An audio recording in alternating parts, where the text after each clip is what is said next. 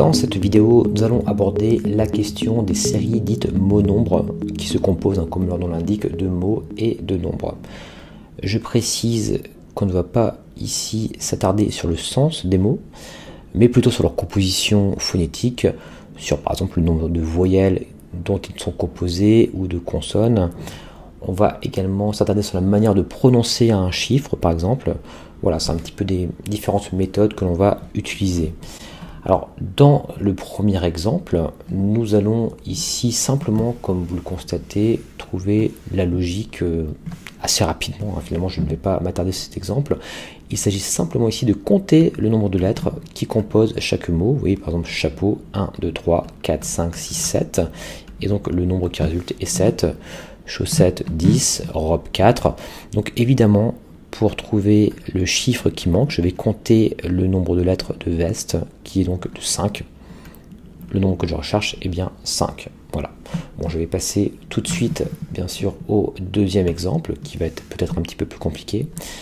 Nous avons ici trois ensembles de mots précédés par des chiffres, ville 23, village 34, hameau, et donc le chiffre que nous recherchons. Alors je vais tout de suite vous donner l'élément de réponse qui va nous aider du moins à trouver la réponse. Nous allons devoir compter ici le nombre de voyelles et de consonnes qui composent chaque mot.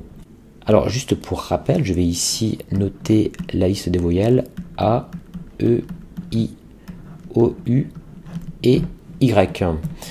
Alors elle se caractérise en fait par la libre circulation de l'air. On n'obture pas finalement le passage de l'air lorsqu'on prononce ces voyelles. Alors au niveau du mot ville, comme nous pouvons le constater, je vais ici mettre un petit trait donc en dessous chaque voyelle. On constate qu'il y a deux voyelles. Au niveau de village, cette fois, je constate qu'il y a une, deux, 3 voyelles, et au niveau de hameau, je constate qu'il y a 1, 2, 3 et 4 voyelles donc, qui composent ce mot. Alors passons maintenant tout de suite aux consonnes. Eh bien, ça va être bien sûr les autres lettres présentes. Ici, il y a le V et il y a 2 L, donc ça fait donc 3 consonnes. Ici, j'ai le V, j'ai encore 2 L, 1, 2, 3, 4 consonnes, et ici je vais avoir seulement donc 2 consonnes. Et comme nous pouvons le remarquer, le premier chiffre qui est présenté en fait représente le nombre de voyelles. Ici, dans ce cas-là, c'était donc I et E. Et donc j'obtiens le premier chiffre. Voilà.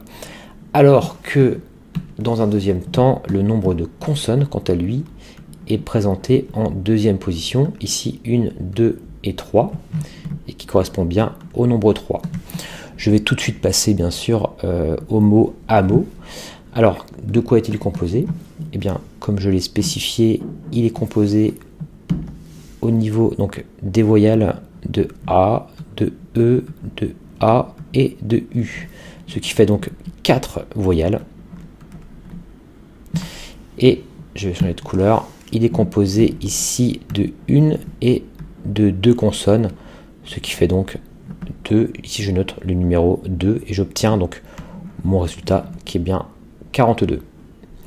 Voilà pour cet exemple qui consiste encore une fois à compter le nombre de consonnes et de voyelles qui est directement associé à chaque mot. Nous allons passer à un troisième exemple. Dans cette série, nous allons maintenant voir l'aspect phonétique des choses.